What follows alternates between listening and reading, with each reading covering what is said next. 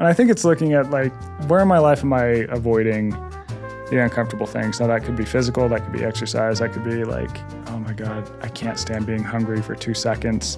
That could be, I haven't been in silence for 5 years because it makes me uncomfortable. Michael Easter, so excited to have you on the podcast. I was recently introduced to your book, The Comfort Crisis, and intrigued by it because I feel like you put into words, I want to say what I have been feeling, but I think what a lot of people have been feeling. But it's hard to label because, like, can you know that you're too comfortable? Like, that seems like a strange even entrance into inquiry. So, excited to chat with you about it today. Well, I'm glad to be here. I'm glad you enjoyed the book. And I've actually gotten that a lot. It's people will read the book and they will say, I'd kind of had these different disparate ideas in my brain, and the book sort of put them all into something that I could understand. Some of it, they said, like, I knew it was kind of there. I didn't know exactly what it is. And other stuff, they were like, oh, I hadn't thought of that thing, but it helped me understand myself a little bit. So, cool. Well, what made you want to disrupt your comfort? Like, you went through all this stuff to write the book, but like your intention leading up to even going on the wild adventures that you've gone on, like, were you like, I'm too comfortable? So what it was, and I read about this in the book, is my mother has been sober for 38 years, 39 years. I'm 36 years old, so she got sober 2 years before I was born. I don't know my dad because he has, I assume, continued to carry on with drinking and drugs and that sort of stuff. So I don't have good genes for drinking, but I drink. I don't think I do either. Yeah. I don't drink either. But I drank anyways, and I am not a good candidate for drinking when I was in my late 20s. My life looked pretty good on paper. Yeah. But internally, I was a mess. And, the good sign that you have a drinking problem is that all of your problems are caused by your drinking. And that was totally me. And I tried to stop drinking a bunch of different times, different ways. And finally, I just got to a point where I could very clearly see, if you continue to do this thing that is comfortable and easy in the short term, but that leads to long-term problems, you're probably going to die early. Or I could choose to really take this harder path that I knew was not going to be easy, that I knew was going to be absolute hell in the short term, but it might improve my life in the long run. And that was to get sober. And so I got sober, and I was absolutely right. Hardest thing I've ever done, totally uncomfortable. But on the other side of that, like, my life got so much better, like in every single way. At the time, I was also working at Men's Health Magazine. Yeah. An editor there. And I noticed that literally everything we wrote about in that magazine, you had to go through discomfort to get a benefit. So if you want to improve your fitness and in turn your health, you're probably going to have to exercise. Exercise is uncomfortable. Weight loss, right? You're going to be hungry. That's uncomfortable. Mental health, you might have to ask yourself some tough questions. Yeah. That's uncomfortable in the short term, but you get a long-term benefit. So once I sort of made that observation, I just started kind of thinking about comfort and how we're surrounded in quite a bit of comfort today. And I had different experiences on reporting trips where I was kind of, removed from society, out in the wild for a while. And I would always get home from those and feel a lot better. And I could also very clearly see, like, wow, it's so much more comfortable day to day for the average person than it ever has been. Yeah. And like, that's great. But if sometimes going through short-term discomfort gives you this long-term benefit, like, is there a point where you hit a tipping point of having too much comfort all the time? And so I just started going down that rabbit hole, basically. And in the book, I argue that a lot of our most pressing problems, whether it's physical health problems, mental health problems, even just like feeling a lack of meaning, like, what am I supposed to do with my life, stem from the fact that we now live in a world that is rather comfortable for most people most of the time. So most people live at 72 degrees. We spend 93% of our time indoors. That's a crazy stat. I think the average person gets 4,000 steps a day.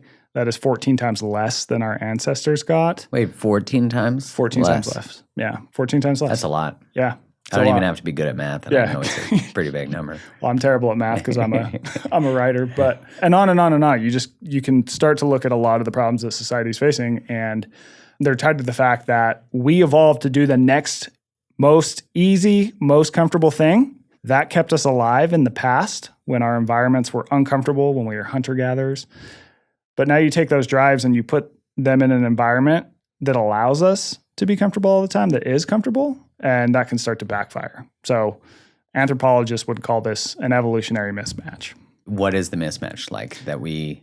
The mismatch is that we are wired to do an easy thing, a comfortable thing every single time. In the past, our environment that evolved for, that was a life hack, kept us alive. Yeah. But we've moved to a different environment. Oh, where it doesn't serve us. Where it doesn't serve us, yeah. It's really interesting. I mean, I'm sure for you listening too, it's like, well, I like all these comforts. And for a lot of us, I mean, I know because I'm old enough, I think you are too, that we know life before the internet or life before smartphones. And we will probably be, I mean, we are the last generations that currently will know life without technology. And that also gives a strange, because like I recognize the benefits that come with having technology, of course, that's connected us, that is beautiful. And I also remember what it was like to not have a phone and to go play street hockey. And a lot of people don't even know life with any discomfort. And I know you argue that too, that like even for kids growing up, there's really not like, in certain circumstances, in certain cultures, it is actually feels like it's incumbent upon the parent to minimize challenges, which I get that conceptually, but I don't think it served us. I don't think it served us to try to like make everything easy for kids, especially when you witness the real lack of capacity for any dysregulation today. Yeah, totally. So a couple things. Yeah. One is that when you look at mental health rates and how they associate with having challenges in your life. Yeah. So on one end, there are people who have had just challenge after challenge after challenge in their life. Yeah. They have very bad rates of mental health. Okay. But on the flip side, people who have had no challenges in their life have equally poor rates of mental health.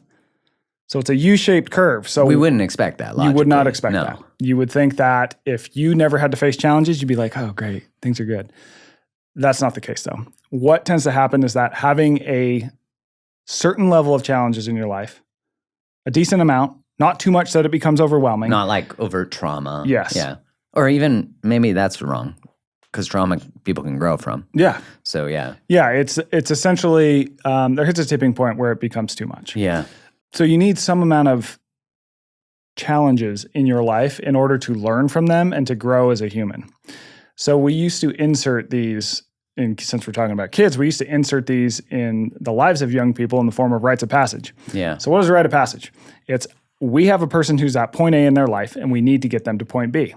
Point B is where they are more confident, they're more capable, they're just better able to contribute to our tribe, to society. They have it figured out, right? We wouldn't just say, okay, now you're there.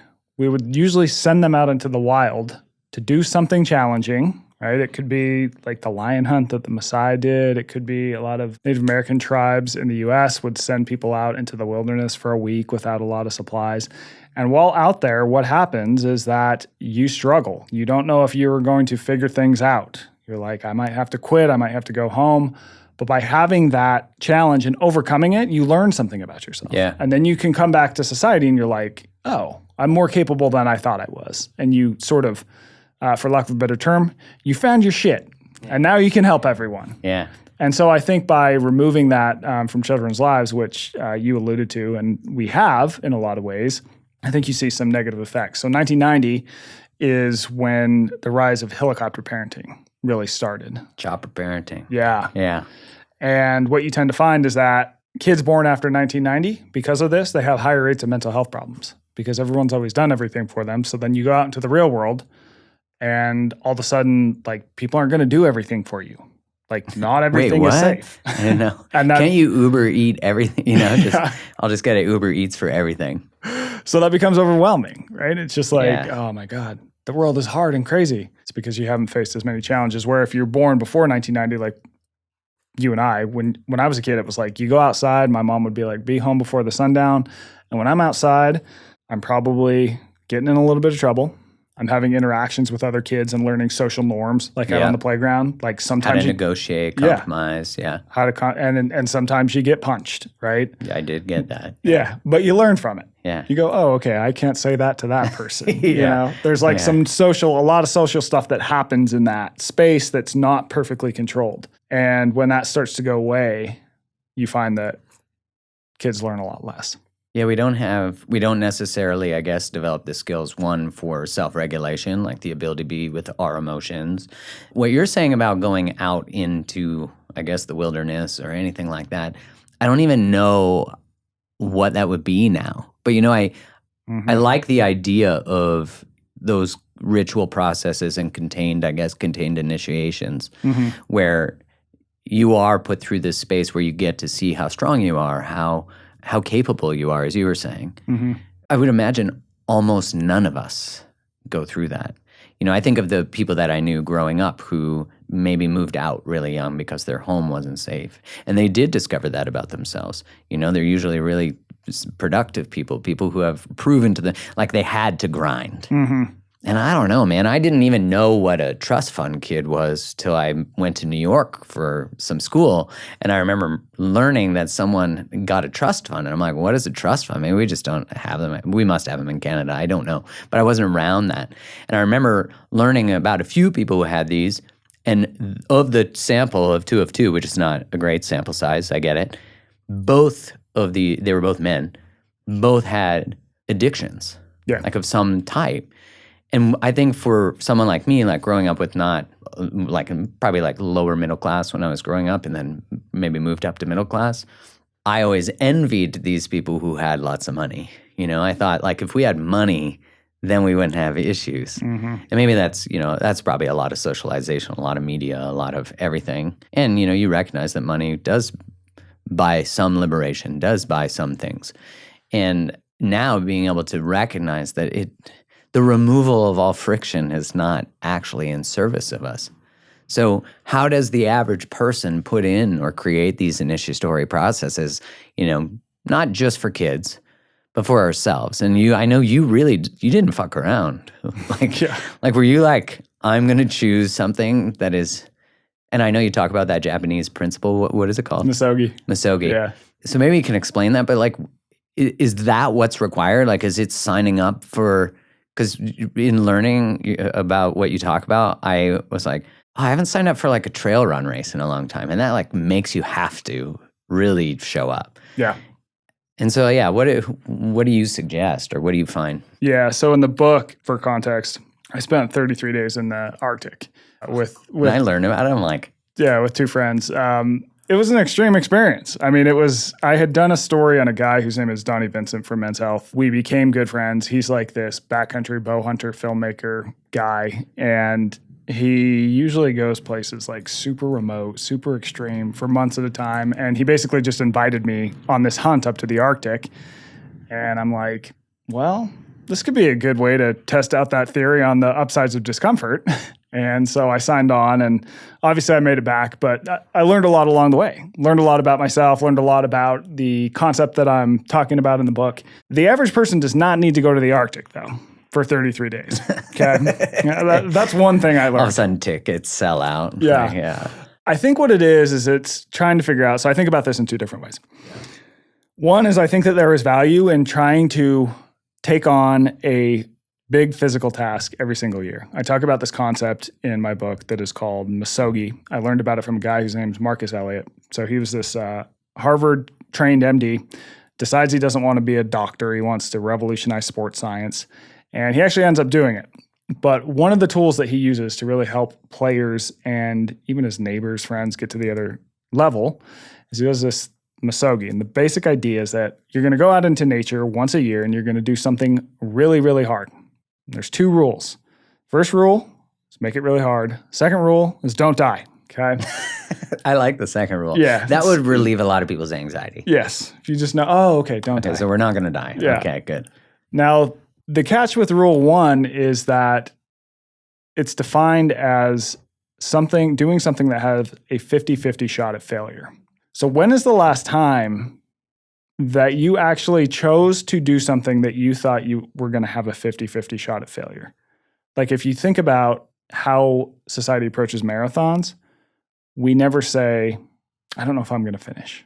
We go, I don't know if I'm going to finish in 4 hours or 3 hours or whatever the time goal is. We know we're going to finish. Yeah.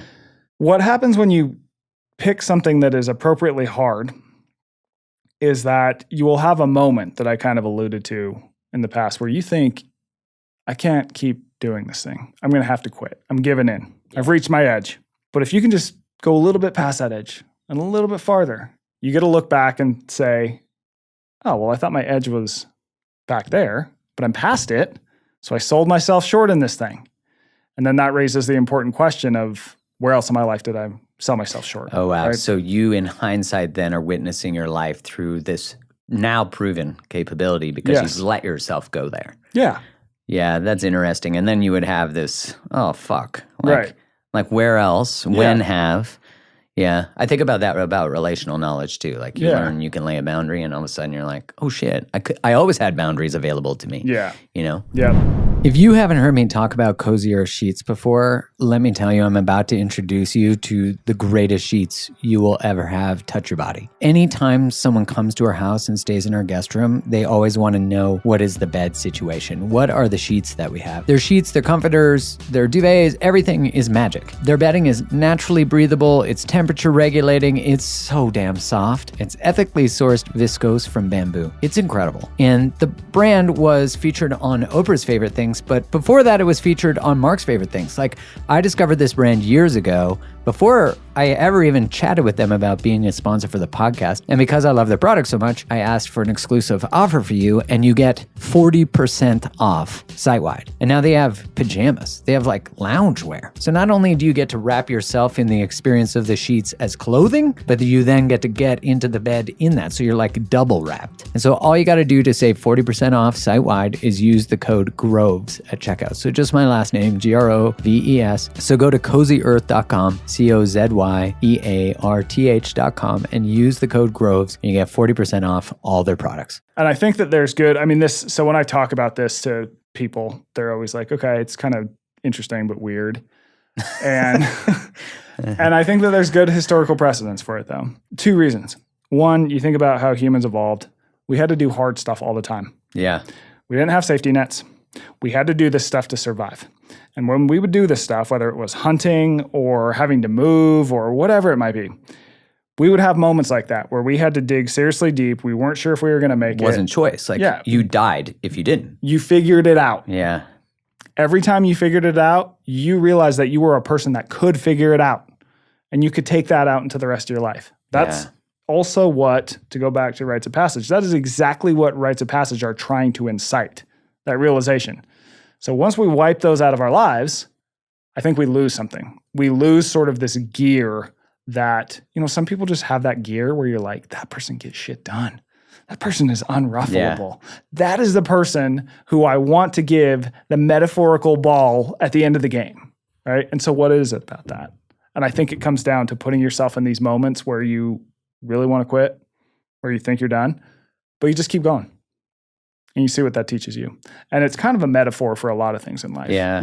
It's how do I find these things and put them back into my life in order to grow? Well, it's almost like all these things like technology or creature comforts have made it so we haven't even had to think about the question you're asking. We haven't even had to think no, I don't even need a threshold. I just sit on my couch watch Netflix, or like, it's interesting how you correlate it all though to the sort of circumstances we find ourselves in. Mm-hmm. Like we're not healthy on more than on average. Mm-hmm. Mental health is not good on average. Mm-hmm. So clearly all these, I think about it even from the perspective of medicine, technology, all these things. It's like we are no healthier than we were probably 30 years ago when we really saw the upswing of life expectancy, et cetera. So it tells you that medicine isn't saving us. Right. And it's not this like pill that's just, although we try, like I saw that there's now new pills for obesity. And I'm like, oh yeah. And I'm like, man, at the end of the day, all of these things miss the necessary step, in my opinion, of getting to the core of why are we in these states? Where are we not being nourished? Why are we surrounded by things that aren't nourishing, including community and these seeing that we can do hard things. Like it's easy when you have a smartphone to avoid your emotions. Right. So when you went into this 33-day Arctic experience, so you said you never done anything like that? Not as extreme as that, no. No, and I remember you talking about how many planes you had to catch to get from here. Yeah, dude. Was it like 5 or something? Yeah, it was like 5, 6 planes. In the last successively smaller. They get smaller every flight. Yeah, scarier as you get. And you said that you land like basically in the tundra of the Arctic in your final plane. Yeah, you land in the mid. Like these planes have these big tires that are called tundra tires. So you're in the plane with this, pilot who looks like a roadie from Metallica. And it's this 2-seater, and like it's so small that the dude is like sitting in between your legs, and he fires on the engine. And it's like a lawnmower. It's so there's only 2 people in the plane at a time. Yeah, in the final plane. We have to, because you talk about taking turns. You have to take turns. Yeah. So he fires it on, and it's just like you're just like, what am I doing in this thing? And he just takes off, and you're just up there, and it's the smallest thing ever. And then you just dive bomb down and just boom, boom, boom. You just land on the tundra, and then he just chucks your stuff out and says, all right, see you later. And you're by yourself. Like, bye. Yeah.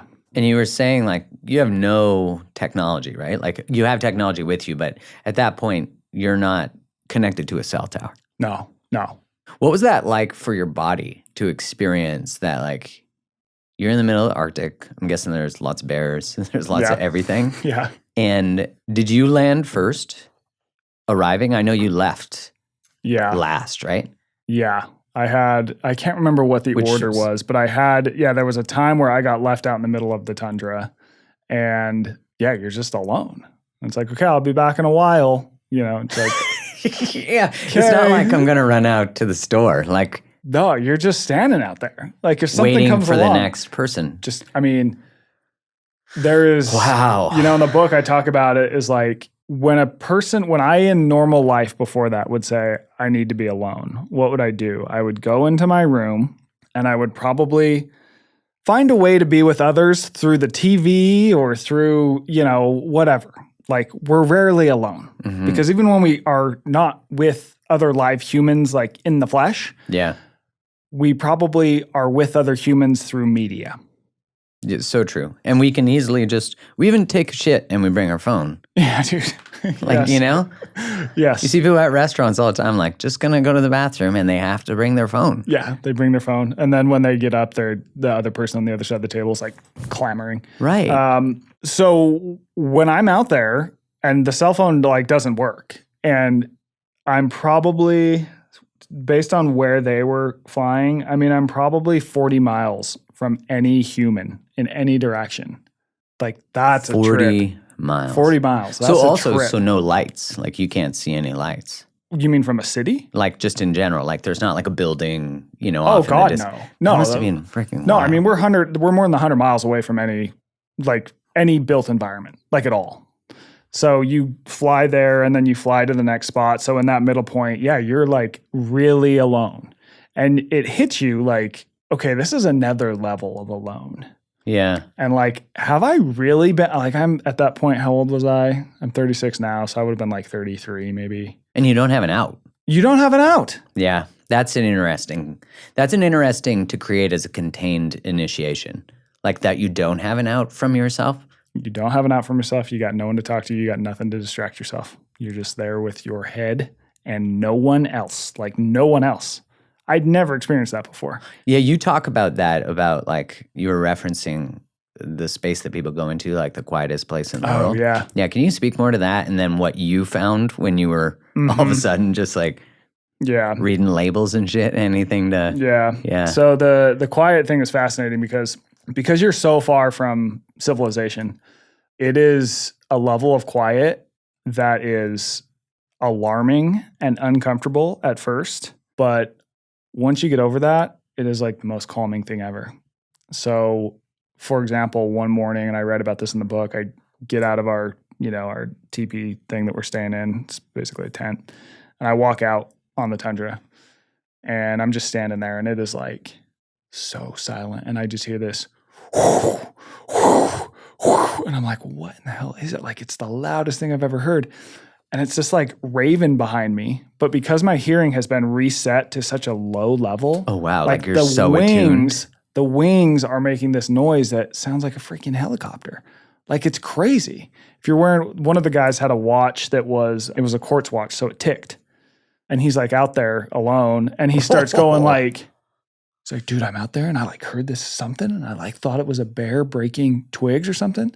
It's like, it was my watch. It was my watch ticking. That's how loud it sounds because your hearing is so like reset. There's a place in the book that I read about. The actual place is in Minneapolis. Like, this just random building. Of all the places. Of all the places. Right. It's a random building. And what they have inside it is a thing called an anechoic chamber. So it is essentially like a totally sound-killing room, and it's the quietest place in the world. And what happens when you put people in there is at first they freak out. They're like, this is weirding me out. It's so quiet. But once they go through that, it almost seems to help people feel better. They've used it as a treatment. They're going to start using it as a treatment for vets with PTSD because it like really calms Their people once you're in silence. Calm down. Yeah. And now that you know that, loudness is associated with anxiety, humans have increased the world's loudness fourfold. Most people live at 70 decibels, which is basically Is that like a city? That's like standing next to a working washing machine. It's just constantly around us.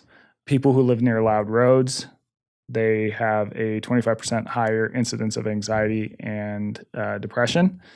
So basically, when you think about loud noises, in the past as we evolved, any loud noise is bad. It's an animal. It's going to kill you. It's a storm that's going to kill you. It's a rock falling down a hill that's going to kill you, right? Yeah. So our natural inclination is that when we hear loud noises, you get ramped up, right? If someone comes up behind you and claps, you go, whoa. Now that we've elevated the world's noise to a certain level, it seems to be this like low-level stressor on people. That makes sense. That we almost don't really notice it's there, but when you start to dig into the research, like they've tied a lot of stress and health problems to the fact that we're just in this constant noise all the time. So a good takeaway from that is if you want like a takeaway you can do at home that's easy, is try to find time for silence because you might be uncomfortable in it at first. I mean, like no music. You could even put earplugs in and just like sit and work and have some ideas. People tend to be more productive in silence when they compare people who work in silence versus noise. You tend to get better ideas because they're more uninfluenced. So, yeah. Do you find like when your hearing was becoming so attuned, which is wild to think you're hearing like the sound of a wing, or you talk about your carotid too, right? Oh, if you stand there and don't move, I would start to hear like your lungs, like you really hear your breathing and you start to hear your blood moving up your arteries into your brain. It's like, that's like a whole nother. Oh, it's wacko. So if your hearing got more attuned, what did you find in terms, like as a writer, what did you find in terms of your creativity? Oh, it was off the charts, dude. Were you just writing? Yeah, I brought these notebooks they're made by a company called Write in the Rain. So basically you can write in the rain. Oh, that's pretty cool. Yeah. And so, I mean, I filled up a ton of those and I had just a ton of ideas. And I think there's a variety of reasons for that. I think it's the silence. I think it's the nature exposure. I think that it's that I was not spending so much time on digital media. And when I say so much time, I mean, I wasn't spending any up there. You're just having time to be completely removed and come up with ideas. And I think that is a theme that you see. I mean, it's backed by research that time in silence, time removed from outside influence of digital media seems to spur creativity. But you also see it in anecdotes from some of our most creative people of all time. Like I've just listened to this book on Leonardo da Vinci, and he would just like go out into nature and just be removed from everything and just sit in silence and like take a notebook and come up with these crazy ideas. And Steve Jobs did the same. A lot of like Mary Oliver, the poet, who's my favorite. Incredible. She would do that. Saved by the beauty of the world. Yeah, she's one amazing. of my favorite lines. Nice. Yeah, she's incredible. So you found your writing, just everything amplified. Yeah, just the ideas are different and better and, less scattered. You have more time to really develop an idea. When you're working on a book, I mean, a book is a very long thing. Yeah. And so things need to connect in a long stream of consciousness. And, it's, to me, creativity is being able to basically just connect disparate ideas that may not seem related, but you're able to relate them. And so having a lot of time, I think, helps you kind of find those ideas, and you can hold that one up here and search for that other one. And then you find it and you're like, bam, that's how it links. Whereas I think when you are sort of hustling in everyday life, you might hold that one up here, but then, I got a tweet. And then that's it. There it goes. Yeah. Yeah. Kylie, my wife, and I are currently writing a book. And that I've found to be, I've been very mindful since I began writing that it's so easy to just be pulled into a new notification or a thing. And so I just put my thing on Do Not Disturb, some headphones on, and put some, writing binaural beats or something. Yeah. And just try to stay in the zone. It's interesting, though, when you're mindful of all the distractions that come in life. One thing that you talk about that I've been feeling called towards too is returning back to being engaged in the life process or the process of the food that we eat. Mm-hmm. And you speak to it in a way that I just really found descriptive of how I might feel when that moment happens, because I haven't gone out hunting. I'm like come from a long line of farming and ranching and that kind of stuff in Canada, but sort of stopped in my generation. And I feel, and I'd like to hear your thoughts on this too, because you're sort of engaged into the pulse of a younger generation as a professor. For me, I feel like one thing that I'm really witnessing is this people being drawn back to nature. And I would imagine that's one of the reasons your book has been really so successful, is that it's speaking to people to something they know is true, as you were saying at the beginning of the pod. Like they know something's up. Yeah. And it's almost like we are craving having hands in soil. We're craving being engaged with the world again. Yeah. Like as much as this engagement with the world, the phone or computer, it's like replacing something that feels so necessary to our actual cellular function. Mm-hmm. You know what I mean? Yeah. Are you experiencing or witnessing that? And then I'd like to get into how you experienced reintegrating yourself into that process. So like you'll find this, and you're experiencing it now as you write your book. You're sitting there and you're writing and you're like, is this working? I don't know if this is working. And you're like, a book is very strange because you don't get immediate feedback. Yeah. You get feedback 3 years after the day you started it, right? That's a wild disconnect. Very strange, especially in a world where post, bing, like in a second, right? Like feedback is just instantaneous now.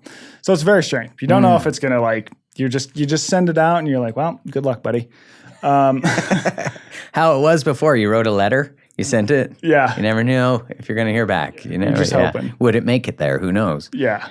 And so I think that the fact that the book has resonated, especially, one of the upsides of technology, to your point before, is that I get a lot of outreach from people who are like, hey, I read your book and I changed my behavior in X way and it benefited me in Y way. And one of those ways is spending a lot more time outdoors. And I think a lot more physical activity outdoors, basically just trying to sort of reconnect to, I don't know, something sort of more ancient, Feels primal. Yeah. It's like, yeah.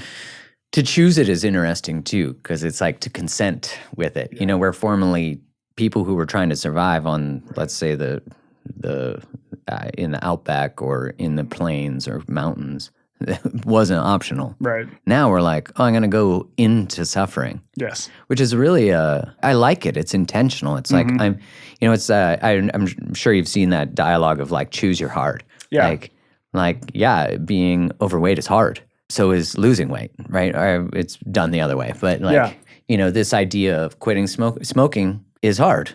Quitting smoking is hard. Like you got to choose. Yeah. It's it goes back to what I was saying in the beginning about you can be comfortable in the short term and have long-term problems. Yeah. Or you can be uncomfortable in the short term and get long-term benefits. It's so simple. It's like that is... okay, so like if you're overweight right now... MC squared, If you're overweight right now and you want to lose weight, I'm not going to lie. It is hard to not eat. It's not you're fun. It's way more fun to put on weight. It's way more fun to eat. Yeah. So having to consistently choose something that is not only counterintuitive, but also fighting against like 2.5 million years of evolution, that is hard. At the same time, contextualizing that is important. Yeah. Yeah, it's hard, but it's a battle you probably want to fight if you're looking for longer term benefits and don't want to feel stuck. I think eventually a lot of people will hit sort of a tipping point where they're like, I got to do this, and you want to try and hit that tipping point as early as possible. So, and that goes for all things. That goes for me with addiction. That goes for if you're, morbidly obese. That goes for if you've got a problem with spending too much time on your cell phone. If you got, name any problem. You could name a million relationship problems that fall into that, Yeah. So, yeah. Well, it's like it's easy to not talk about the hard things. Yeah. Right? You could sweep it all under the rug. Yeah. But eventually you're going to trip on it. Yeah. And it's a lot harder to have the conversation now in whatever context, in whatever, with ourselves first, but with other people. But the gain is that, everyone is liberated through that experience. It's just true. Totally. Just like, I was reflecting on how during COVID I put on a bit of weight. And then I was thinking to myself, what I noticed is my unconscious thoughts when I was being conscious of them were like, I hope nothing happens to me. Like, I hope I don't have a cardiovascular event. Mm-hmm. Not make sure I do everything in my fucking power to ensure that isn't happening. Because I wasn't doing everything in my power as I was eating, Miss Vicky's salt and vinegar chips, which if you're going to put on weight, that's a great way to do it. Yeah. I do feel this desire that people have to return to, more of like this holistic living, being in touch with the land. Yeah, I'm curious about your experience of landing in this place where, one, you have no technology, so now you're like re-immersed in really the cycles of the day. You're getting up and going to sleep with circadian rhythm of Earth, which that's like, what was it like to re-merge with the cycles of the planet?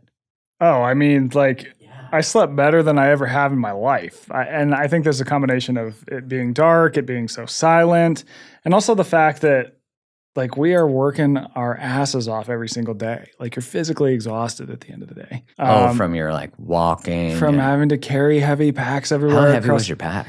When we had all our gear in it, they would be about 70 to 80 pounds probably. So were you training for that? Here's the thing. Yes, but you cannot train for that. That's the one thing I learned. I probably, if I would have done something differently with training, I went in jacked.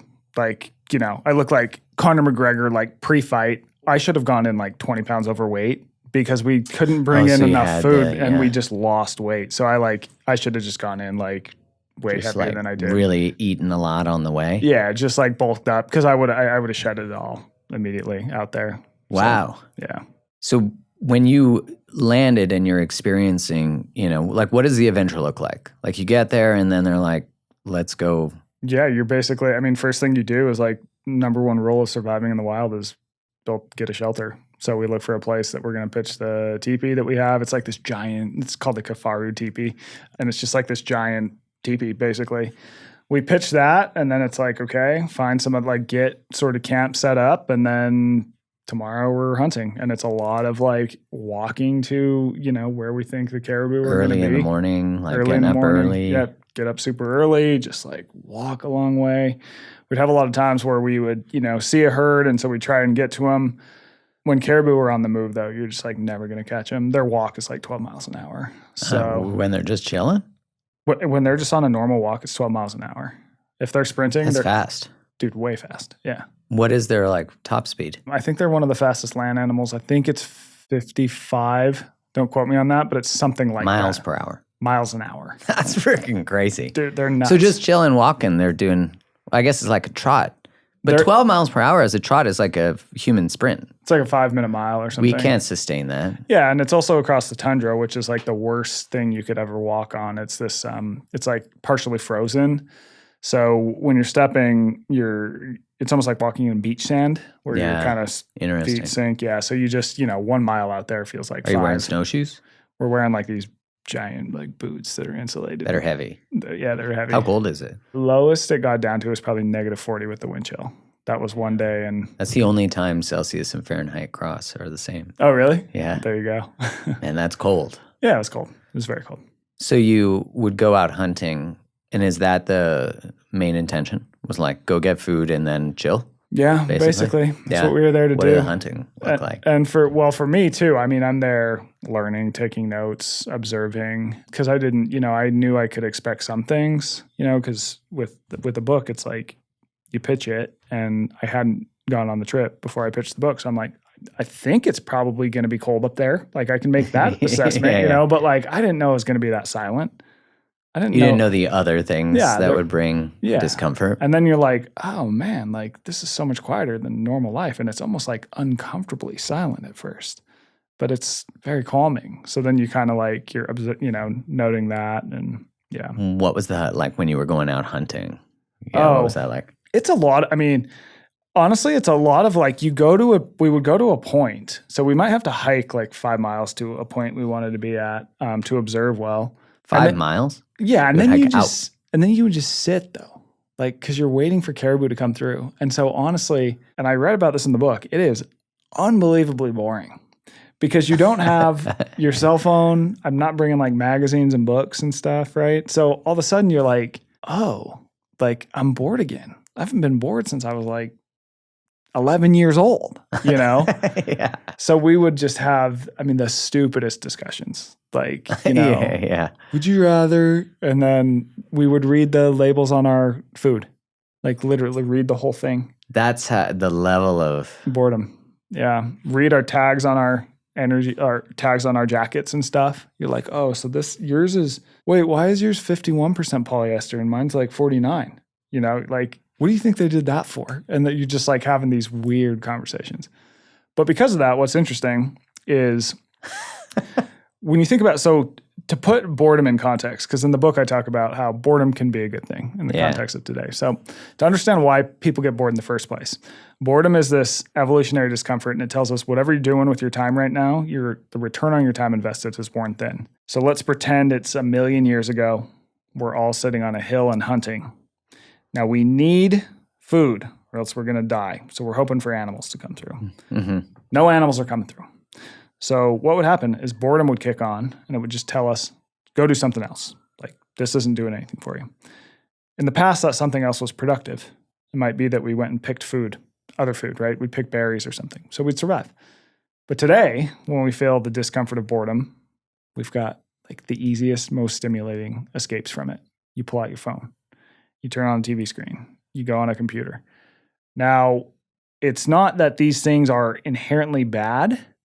It's just that is how we deal with boredom all the time. So the average person spends more than 12 hours a day on digital media now. When I wrote 12 hours? When I wrote the book, the stat was 11 hours, 6 minutes. Now it is 12 hours, 31 minutes, I want to say. Like we've added another hour and a half. Recently, I had Sherveen on the podcast, who's the founder of the supplement company Symbiotica. And I discovered Sherveen far before I discovered the supplement company.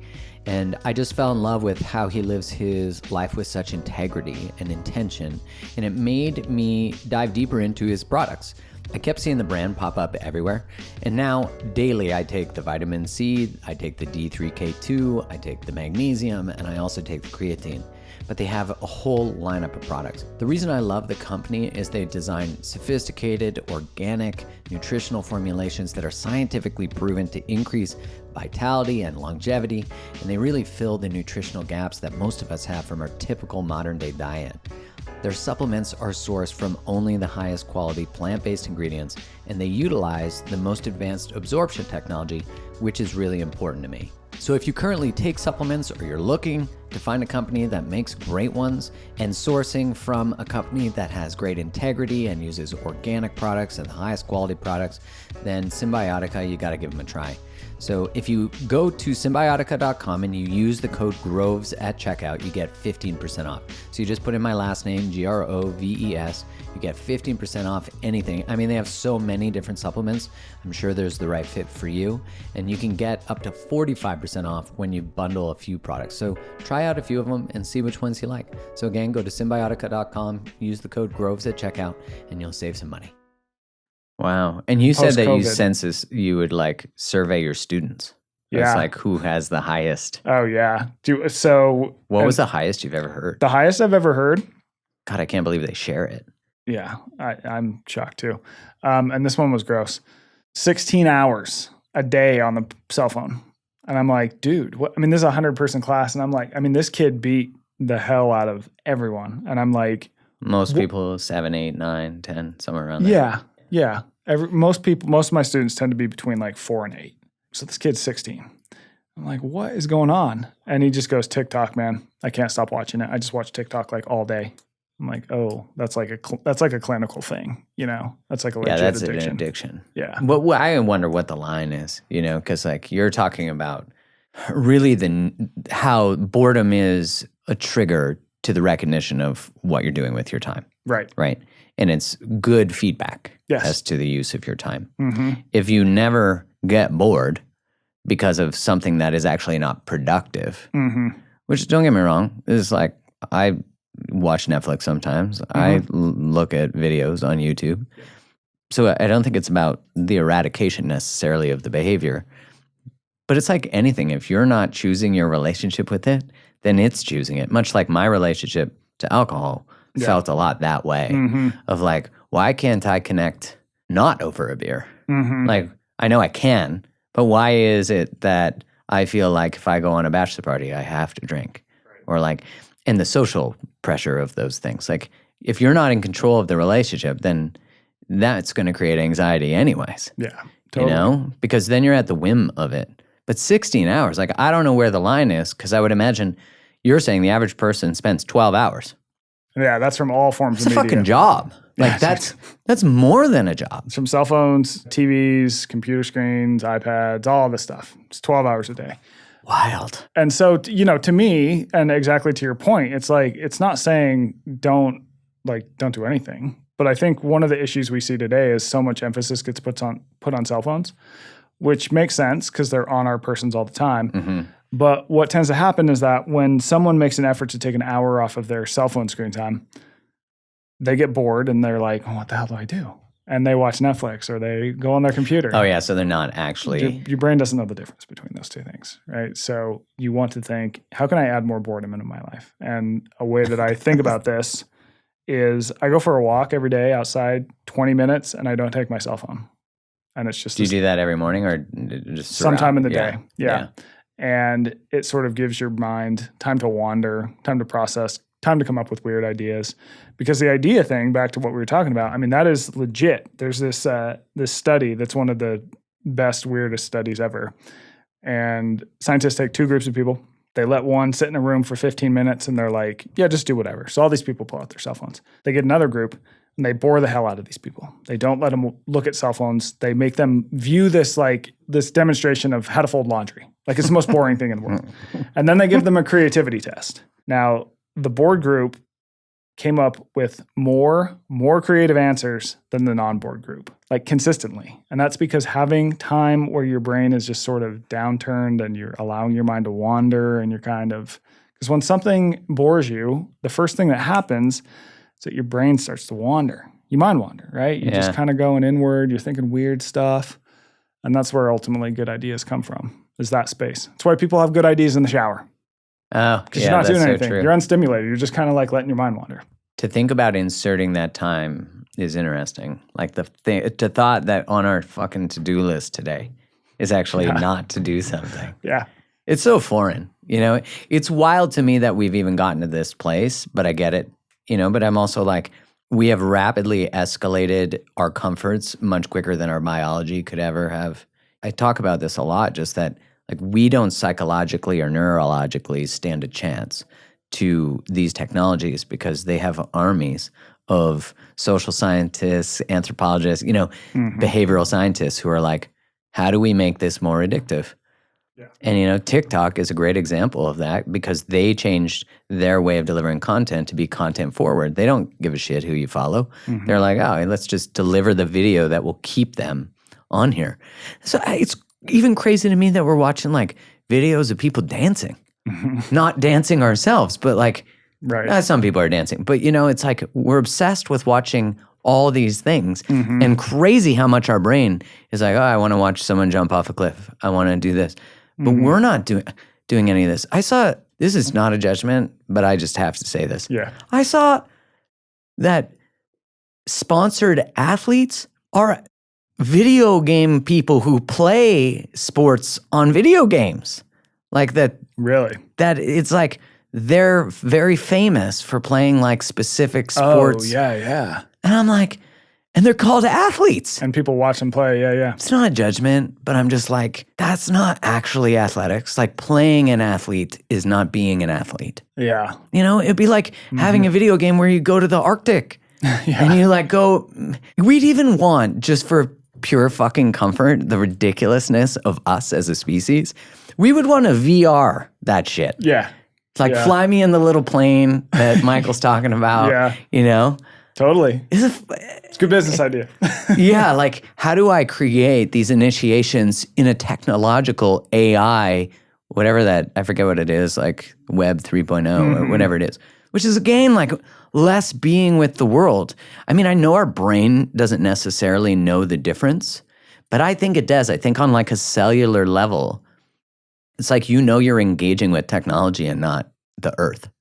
Well, I think people find that they have maybe what you call richer experiences when they're kind of either with others in person. Yeah. You know that. Also time outside, we know that that's really good for people.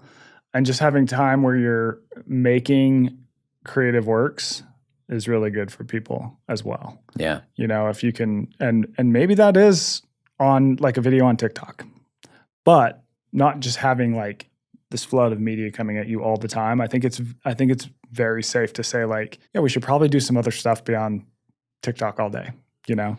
I gotta think. Yeah, maybe. Yeah. What was it like, to get back to, because I want to know more about it, what was it like to hunt and like the process and the experience you talk about of actually taking the life of an animal in order to eat it? Like, we don't think about that. Like No. when we buy steak or whatever it is, you know, formerly in our own personal indigenous roots and people who are indigenous to this land, you know, there is a process of thanking the animal. There's a process. I know, I forget, I would butcher where it came from, but there's a belief that the animal presents itself to you as a gift, right? That you need food and in service of your survival and sort of how this all works. Right. That the animal presents itself to you and then, you know, you bless the animal and when you kill it. What was that like? So for me, at first I didn't want to hunt on the trip. And I talked to Donnie, who's one of the guys I went with, and he said, you know, I think you would understand why we go out here and do this better if you were to hunt. So I said, okay, maybe I'll hunt. Because my hang up is like, yeah, I eat meat, but I don't need to kill myself, you know? Yeah. So long story short is I buy the hunting tag I need to buy. I carry the rifle for 2 weeks on this trip. And I'm thinking like, all right, I'm not going to have to hunt because like we suck at hunting. Like we haven't, we haven't gotten close to any of these things. We suck at hunting. Yeah. But then we get into a position where, to make a long story short, basically we could predict that these herd of caribou was going to come up over this knoll. And if we were to get on the other side of that knoll and get down, like they would walk right past us.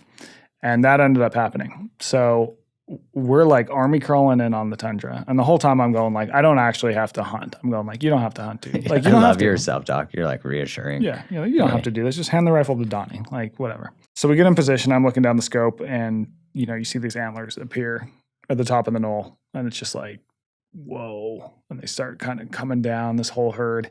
And still then, don't have to hunt. Does anyone else have a rifle?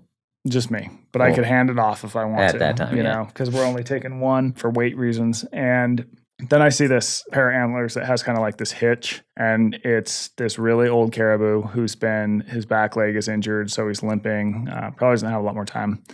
And it felt right. So I lined it up, pulled the trigger, and the caribou goes down.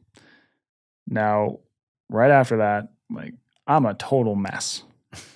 Like, I'm a mess, dude. Like, I'm just going, it was immediate regret. I'm going, what have you done? Because you're like, you can't come back from this. There's no coming back, right? We go over to the animal. Still, I'm a mess. But we start breaking it down because we're going to use every part that we legally can. You have to leave some of it. And so we start, like, getting the meat ready to take back to camp. I realize, like, oh, this is meat. Like, this looks just like the meat you eat, like, every single day. But with that meat, you've never felt an iota of emotion. Interesting. But, like, here you are, to have that a contrast. mess with this meat. So what that really told me is that it gave me a lot more appreciation for the life cycle. Makes you realize that for one creature to live on, another often has to die. Yeah. And then the next logical jump is, I'm not I'm not left out of that equation, right? So it was an interesting moment. And what I took from that is a lot more appreciation for our food system. Yeah. I didn't think about meat before. I think about it now and where it comes from. And I definitely don't waste it at all anymore. Like I got this total thing now where it's like, you don't waste meat, because that is a heavy emotional buy-in. Like it is. Yeah. And our food system is great in that we've been able to feed however many Americans, 360 million people, and around the world, like hunger has dropped precipitously around the world. Usually when there's a hunger problem in a nation, it's a problem of politics, not distribution. Like we have enough food. But it's become so efficient that it's very much disconnected us from that life cycle. From the process. And I think that that's an important part of life and learning. And just, for me, it was. And appreciating where things come from, and also realizing, like, you start to ask yourself questions about your own mortality. Yeah. And that's an uncomfortable thought. I have a whole chapter in the book about the benefits of thinking about death. How, it's like the most uncomfortable thing you can think about. But it tends to change people's behavior in a way that improves their lives in the long term. What did you notice in that exploration of death? Like, it's through the taking of a life, then the recognition of your own life having an expiration date. Right. Yeah. What was that like? It made me a lot more intentional about how I was spending my energy and awareness, I guess I would say. Yeah. So, when I first started contemplating this, and it's the worst thing you can think about. It's like so uncomfortable because it's such a big question and so many unknowns. It's a sad question too. It is. I noticed when I went deep down the tunnel, I guess, or whatever it is of mortality, it made me really grieve each moment so much more. Because then I'm like, oh, well, this moment will never happen again. It also really demands presence. Yeah. Forces it. Yeah. This is why I think we have such a hard time handling relational endings or endings in general, because we haven't sat with big D death. So like small D deaths are, and I think part of, you use that term, which I hadn't heard before. So like snowplow parenting or snowplow parenting. Yeah. Yeah. It's like helicopter parenting on steroids but it's like clearing the way. Is that right? The idea is clearing the way. A great example of that would be those college scandals in the UC system where parents just paid their kids' way to get into all these hard colleges. Yeah. It's like plowing every single problem out of a kid's way. Yeah. And coming back also to what we were talking about in terms of when you haven't experienced the need for grit and resilience, because you haven't even experienced small D deaths. Like you don't even know disappointment, and disappointment means there's something wrong with the person or the circumstance, not your behavior. I mean, it's all so correlated. Yeah, I'm like, so when you explore death, you're also out. You could die where you were. You kind of broke your second rule, I guess. Like, don't die. But I guess you're with that guy. Sounds like he could survive with anything, don't he? He was like, he made me feel a lot better about being out there, because something would be happening and I would be like, oh man, this is sketchy as hell. And I'd look over at him and he's just kind of do. I'm like, oh, okay, we must be all right. That's like when I check flight attendants on planes. Yeah. And they're like, yeah. All right, we're not dying. Yeah, exactly. A lot like that. No, it's interesting. And as part of the book afterwards, I traveled to Bhutan, which is an interesting place because it's one of the least developed countries on earth, but it's also consistently ranks as one of the happiest. So to give you a sense of blue zone. Is it a blue zone? I don't know if it's a blue zone. There's not a stoplight in the entire country. There's no outside businesses, but yeah, they're happy. And there's a lot of reasons for that. And one of them, researchers think, is that the people in Bhutan are instructed to think about death every single day. And there's reminders of death everywhere in the country. So when people die, their ashes get mixed with clay and turned into these like pyramids. They're about that big. And these pyramids are all over. Like, you go around a road bend and there'll be like 300 of them. You're walking through the main city and like every windowsill has a bunch of them. So there's this constant reminder of death. That's powerful. Yeah. And so I go there and I speak with a guy who is a Kempo in the Buddhist faith, which is, I guess it would be kind of akin to like a cardinal. He lives in this like crazy cliffside shack, and we have to like drive up this insane road to get there. And I got to hike in. And this guy wrote a book called The Fine Art of Living and Manifesting a Peaceful Death. So he's like this death expert, right? And the way that he put it to me, and by the way, this is like some shit from a movie that I walk into. I mean, this is like some Indiana Jones like scene. I mean, the dude is like in this shack that has no running water, electricity. And I like peel back this orange drape, and there's like this statue of the Buddha on one side with these incense, and he's like sitting in the lotus position in his orange robes, and it's just like, it's like what straight up. Like this is insane. It was wild. What he said that stuck with me most is he's like, okay, I want you to pretend that you are walking down a trail, and in 500 yards, this trail has a cliff. Well, the cliff is death.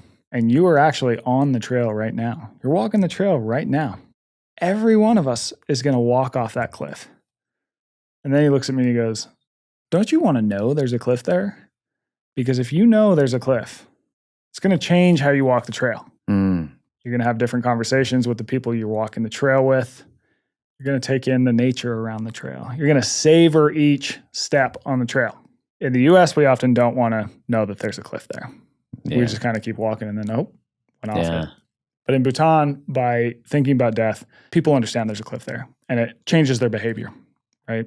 And I think that works for anyone if you're willing to sort of take death into your mind and let it guide your behavior. Because what tends to happen, and this has been shown in research on this topic, people report that thinking about death was exceedingly uncomfortable in the short term, but it made them happier in the long term because it helped them make better decisions.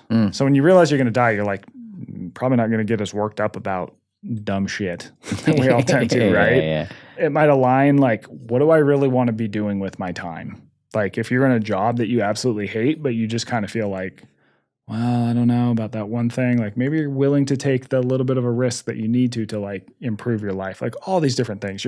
Maybe it's going to have you appreciate your loved ones more. And tell them that. Yeah. That's going to improve those relationships. So it can kind of have this ripple effect on behavior that seems to improve people's lives.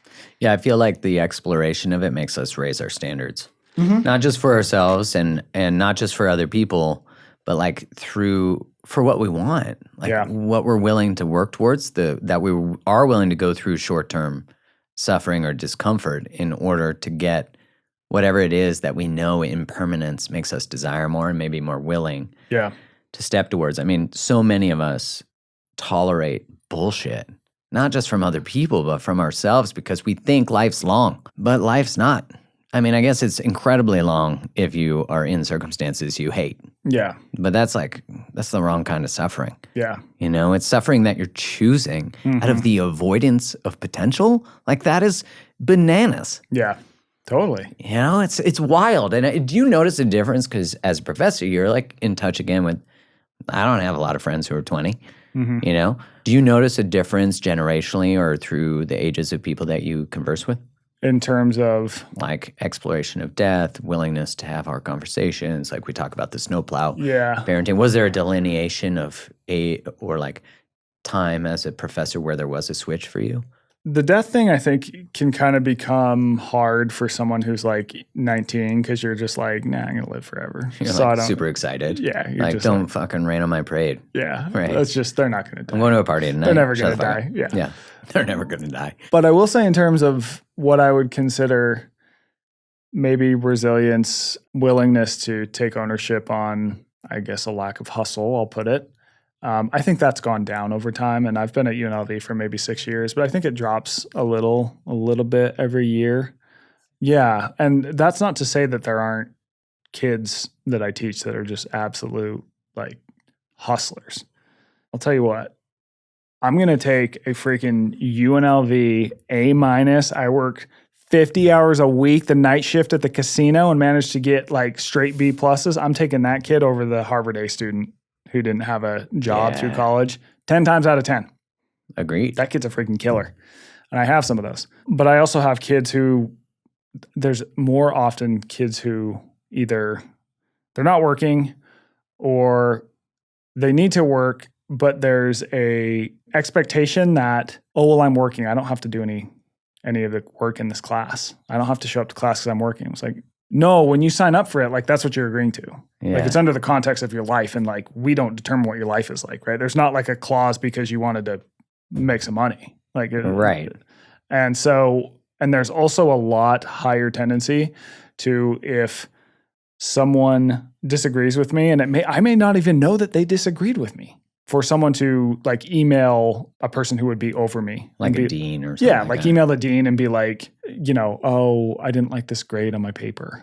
Which is like, okay, well, like if you just came to me and talked about it, like we could talk it out, because like I'll probably just give you points for like you're pushing back, Right. And For like, let's talk it out. demonstrating Yeah. the ability to face conflict, to handle hard conversations, Yeah. to not try to go to an authority. Oh man, that's so the training. Yeah. You see that, that's very patternistic of like, oh, I'll just go to my parent. It's like, I'll just go to the dean. Mm-hmm. God. Have you noticed, because you've been on social media for a while, Yeah. have you noticed things like changing over time? Like what's your sense of that? Yeah. Oh, fuck yeah. I mean, I think the thing about cancel culture and sort of the rise of it came from, for good reason. There needed to be a cultural correction to the lack of responsibility and accountability for the exploitation of power and the sort of free use of words without the consideration of other people. Yeah, I agree. But man, getting into the complexities of things like free speech, like I noticed it really started to escalate with Me Too, of course. That escalated a lot, where people were afraid to say anything, or like dudes more specifically. But I found during that time it was actually really important to use your voice as a dude to like have these conversations, talk about exploitation of power. And then Black Lives Matter, again, a very powerful movement, very important movement. And so but the thing about all these movements, which rightfully so, are fueled with emotion. COVID, the conversation about vaccination, oh my God, like that really amplified what I hadn't witnessed before. And I think that conversation also about gender, what I hadn't witnessed before was the complete eradication of nuance. That is what I've noticed is going away. Yeah. And I know just from reading research and, having friends who work in universities, that has been gone for a bit in universities, and it's been creeping and getting worse and worse. Yeah.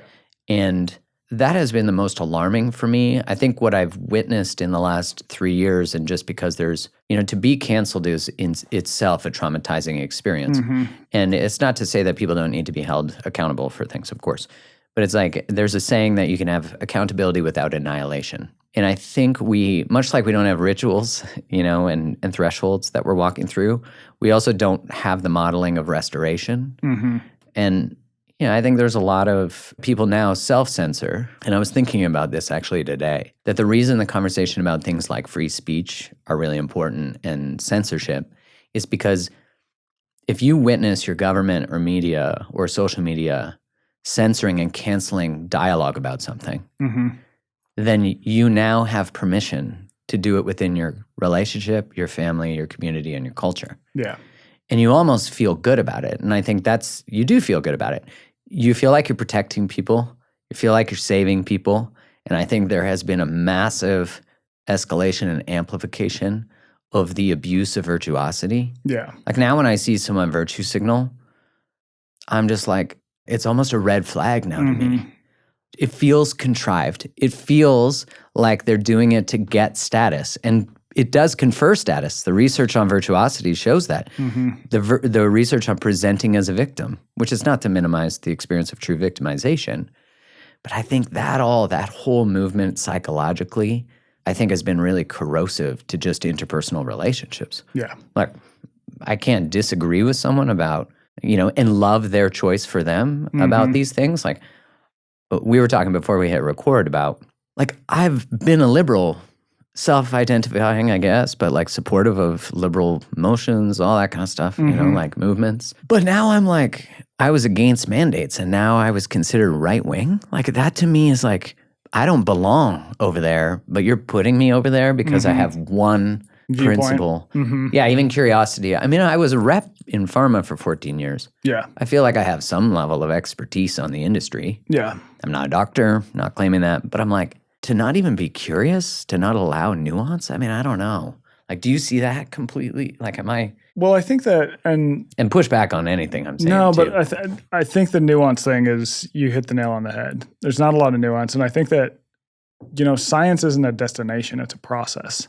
The things that we hold truest today, we're eventually going to look back on them and be like, oh, man, we were wrong about that. Yeah. I mean, like literally, scientists think that the theory of gravity is going to be, we're going to think differently about gravity in the next, distant future. And so I think when you look at, especially health science, like it is so murky. Like we just don't know so much. And like being unwilling to talk about like, okay, well, there could be differences in populations, like how something might affect them. Like being unwilling to get into the gray area and all things, well, probably not all capital A, but like the vast majority of things. Yeah, the vast majority of things. I don't think that that's a good idea because I don't think the answer for bad ideas is to shut them out.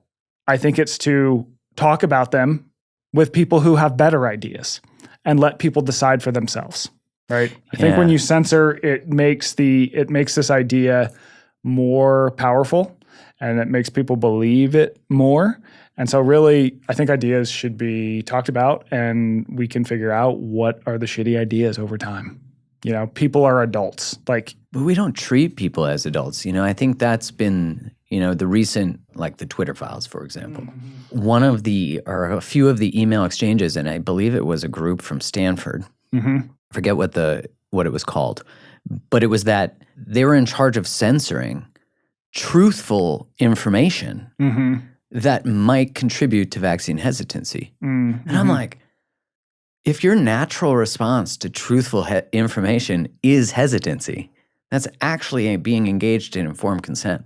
Yeah. Do you know what I'm saying? Right. And so I'm like, and I think this just speaks to so many of the things that we're not even willing to dialogue about is that someone else, which I don't know, I don't think there's like an evil group of 8 people sitting around a room having cigars laughing. Yeah. Although maybe, right? Like, I don't fucking know. Yeah. But someone else gets to decide what is the right perspective on all these things. And then the media just gets to decide what doesn't get written about, what doesn't get shared.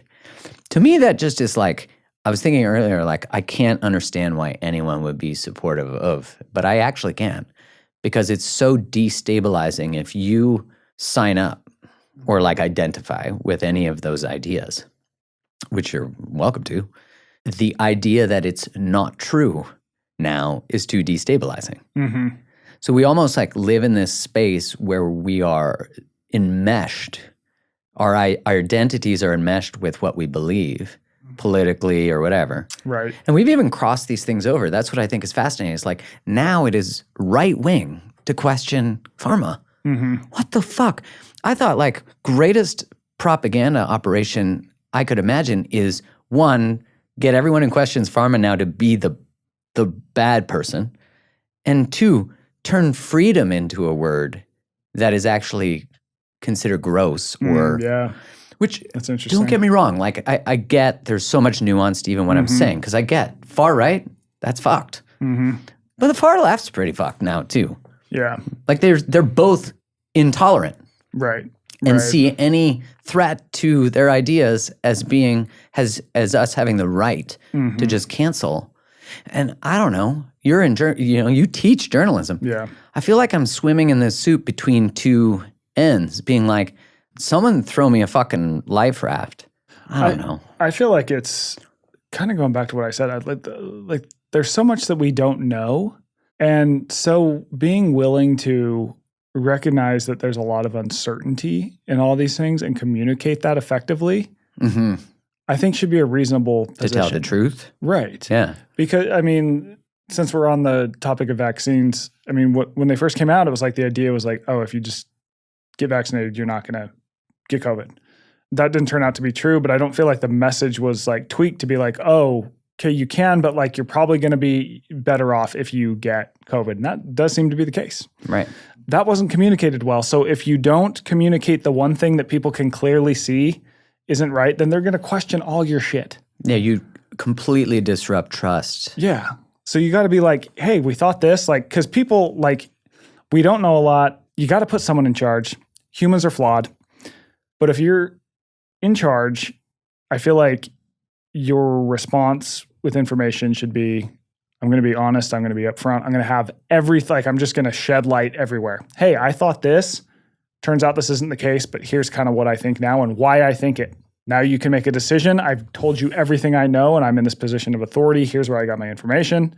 Make your own decision. Yeah. You know, and I think that presenting people with, like, people aren't dumb. Like, people And realize treating things them that they are. Yeah. Then they just enrages pull away. them. Yeah. Then they just pull away and they just go, yeah, middle finger to the vaccine, when probably it would be good for most people. For to some get it. people, yeah. Yeah. You know, and so I think that's the problem, is that by making everything black and white, it's just as this adversarial. But it seems to be true about every big topic we're talking about now. You know, gender, abortion, like all these super inflammatory topics, right? Like, I get the emotional response to them, but the answer isn't don't talk about them. Because then I've been thinking about this too, that when the people who are most reactive and most likely to cancel people, not from a healthy place, are in charge of what gets discussed, then actually what gets discussed is determined by the people with the lowest capacity for discourse. So then what we witness, which is maybe 0.1% of opinions on either end, or 0.5 or whatever, it's like what we're witnessing is not actually representative of how we all feel. Yeah.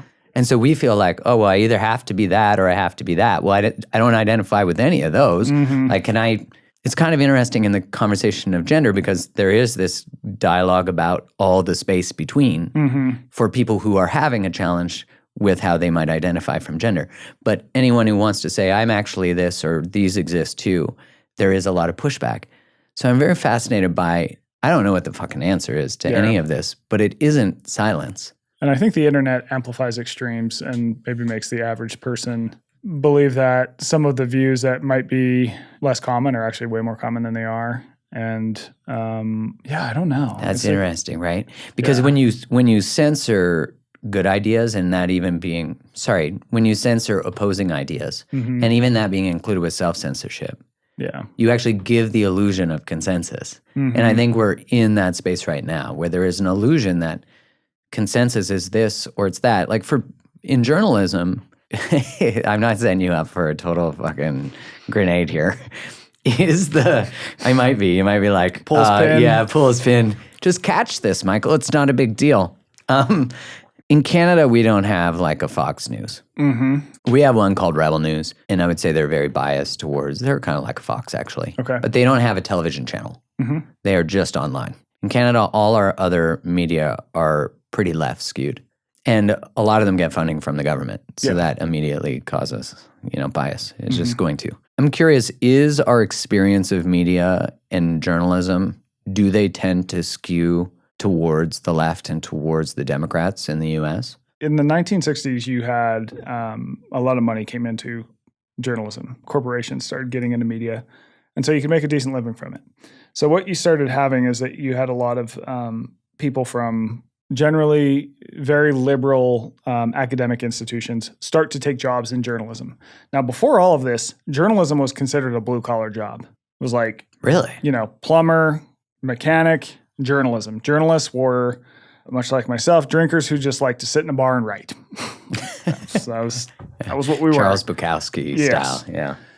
So once you get this influx of money, you start journalism starts getting a lot more people from sort of these elite institutions that are generally tend to have graduates who lean more left than the average person. Yeah. So once that starts coming into media, I think you do start to see a tipping of media becoming more left-leaning. So this tips over time and over time and over time. It starts to move the ball more left and left. And I can't remember the exact year. I want to say it was in the 80s. Ronald Reagan killed this bill called the Fairness Doctrine. And so the Fairness Doctrine basically said any broadcast, radio, or television, if you were presenting one view, you had to present another view. Okay, so if you're having, that's brilliant. If you're having a person from the left on, you got to have the person from the right on too. And so he ends that. And good job, Ronnie. What ends up happening is you get Rush Limbaugh comes in and he goes, what I'm hearing from the New York Times and the Washington Post and the LA Times from sort of these like big media institutions doesn't really jive with what I'm hearing from a lot of the middle of the country. So he starts this radio show and it's 3 hours long and it's just him like being Rush, like very right wing, right? Because now he doesn't have the law holding him back. And so I think this is the start of when you start to see like there was a recognition that was true that sort of mass media, especially in, like the newspapers and everything, was starting to lean more leftward. So you had someone come in and point this out and provide people with more right-leaning media. And it took off because he was absolutely pointing out something true. Now you start to get these like pulling of the sides of the country. It becomes more polarized media-wise, right?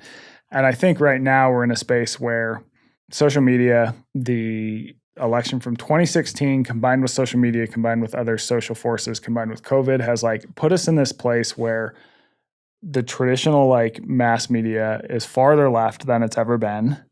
And the more right-leaning media is farther right than it's ever been. Yeah. That's interesting. Like the same polarization we're talking about, the same binary. If you think about like this diverging road, it's like kind of started in the 80s and it's just gone farther, over time.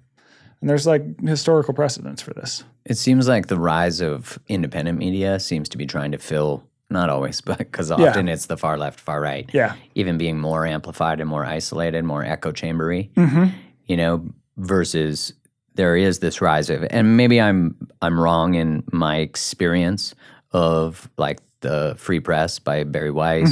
That feels central-ish for me.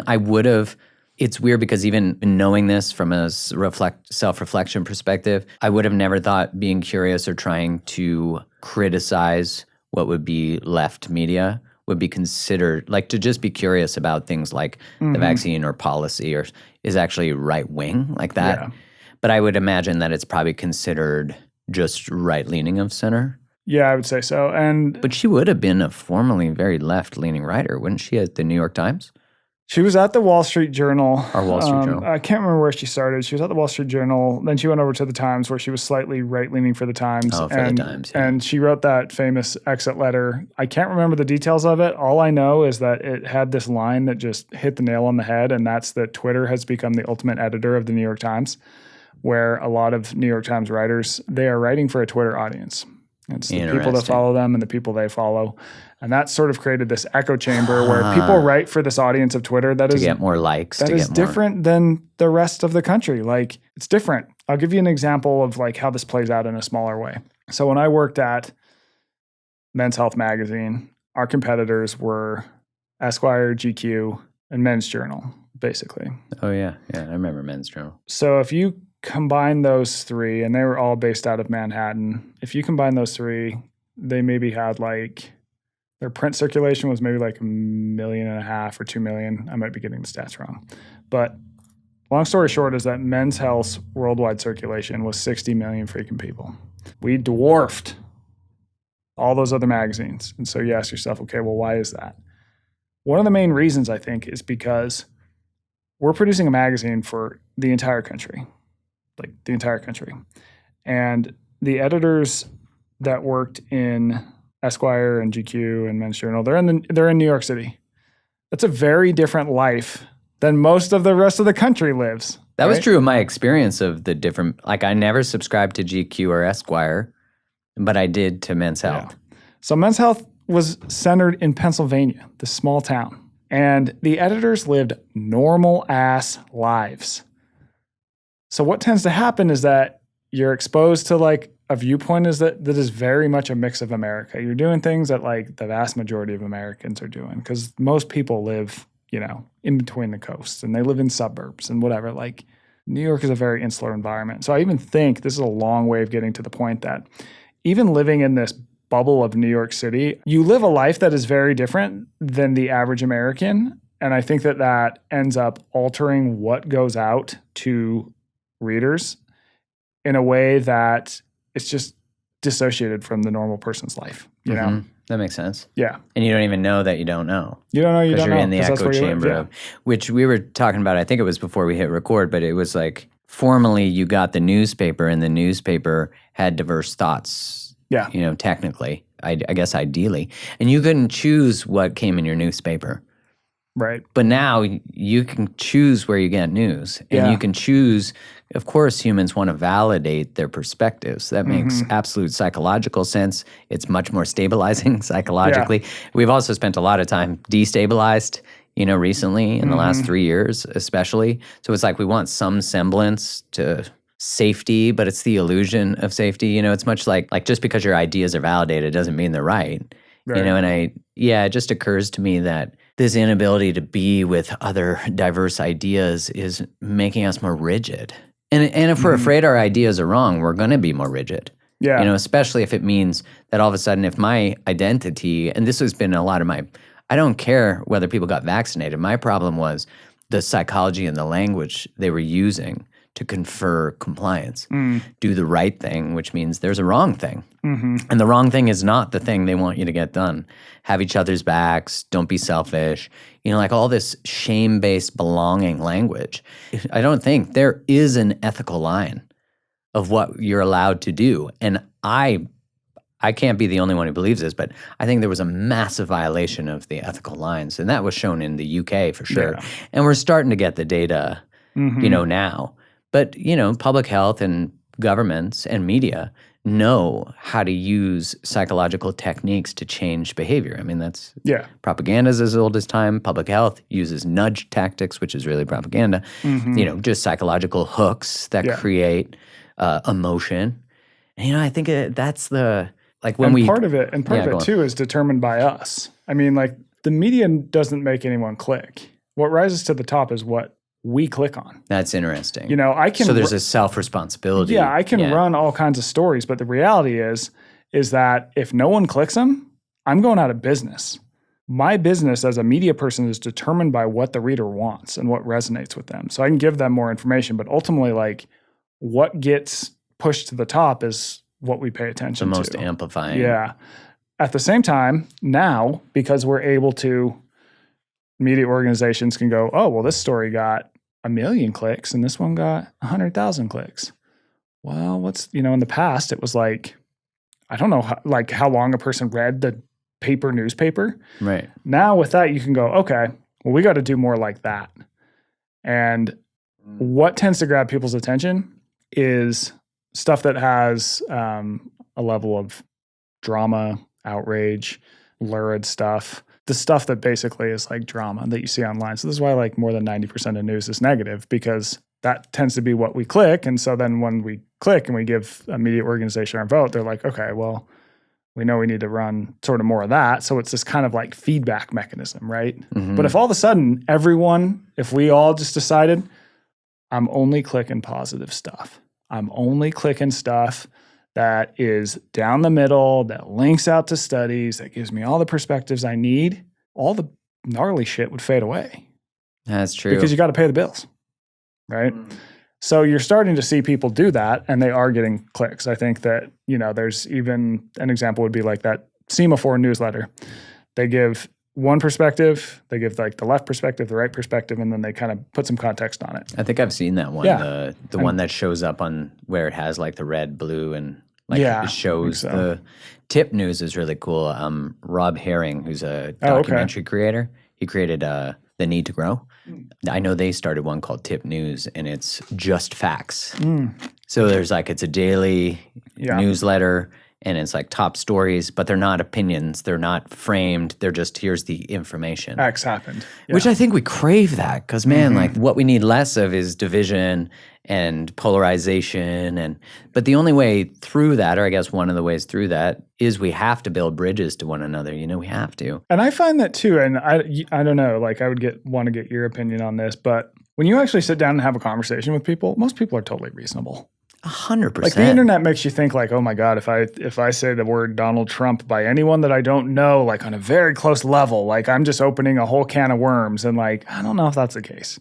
Yeah, I agree with you on that. I think when you spend the time being curious about what makes people, what makes someone like Donald Trump or Joe Biden or in Canada, Justin Trudeau or Pierre Poilievre. It's like what they appeal to. It's like just hating that someone has an appeal or a political view. It totally dismisses whatever their emotional need is that actually makes, I think Trump really appealed to something that people were desperate for. Yeah. You know? And instead just being like, they're all bad. Yeah. It's like, no, they have like a deep emotional, psychological need that he tapped into. They felt forgotten about. Right. All of it served also a lot of polarization and amplification. And, in Canada, the last election was really ran on a very polarizing wedge issue. And that divide, although you might win, the cost of that is to the people. It's to families. It's to communities. Totally. I know people who stopped talking to someone because they voted for Donald Trump. Yeah, that's it's really usually, too bad. When you look at the data on like colleges, people who identify as Democratic were less likely to desire to share a college dorm with a Republican, but Republicans were more okay sharing it, which I thought that's really interesting. Yeah. And I think that shows just how politics, the intolerance that has come from a side that I normally would have identified because there was such a desire to increase tolerance. And I feel sometimes like I'm taking crazy pills that I'm like, oh my God, is this like, is there something wrong with me?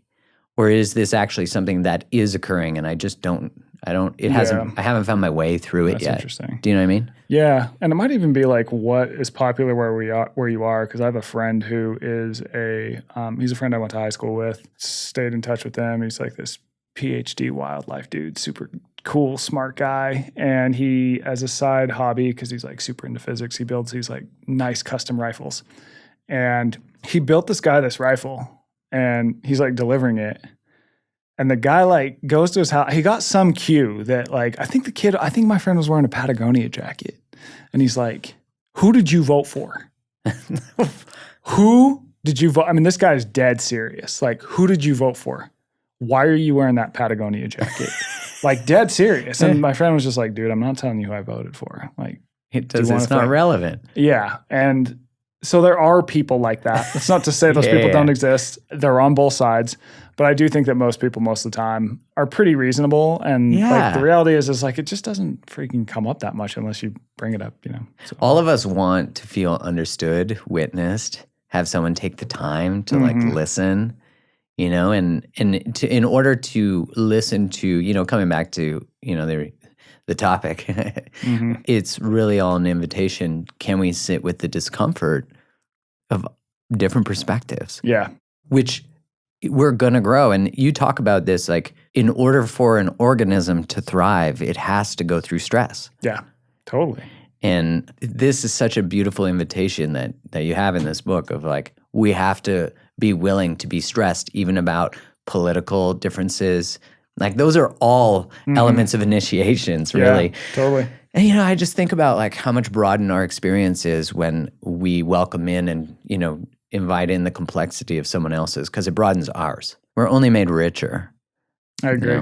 We don't all have to go to the Arctic though. Yeah, you don't have to. And I think it's looking at like, where in my life am I avoiding the uncomfortable things? Now that could be physical, that could be exercise, that could be like, oh my God, I can't stand being hungry for 2 seconds. That could be, I haven't been in silence for 5 years because it makes me uncomfortable. Could be a lot of what you work on. Like, can I have an open conversation with someone, right? There's all these things like, and people can get really good at kind of embracing one form of discomfort while totally ignoring another form. So I think it's kind of like, you got to spread it evenly and be like, what am I trying to avoid here? All right. Well, in the interest of time, because damn, well done. I love it. Very good 2 talk. hours.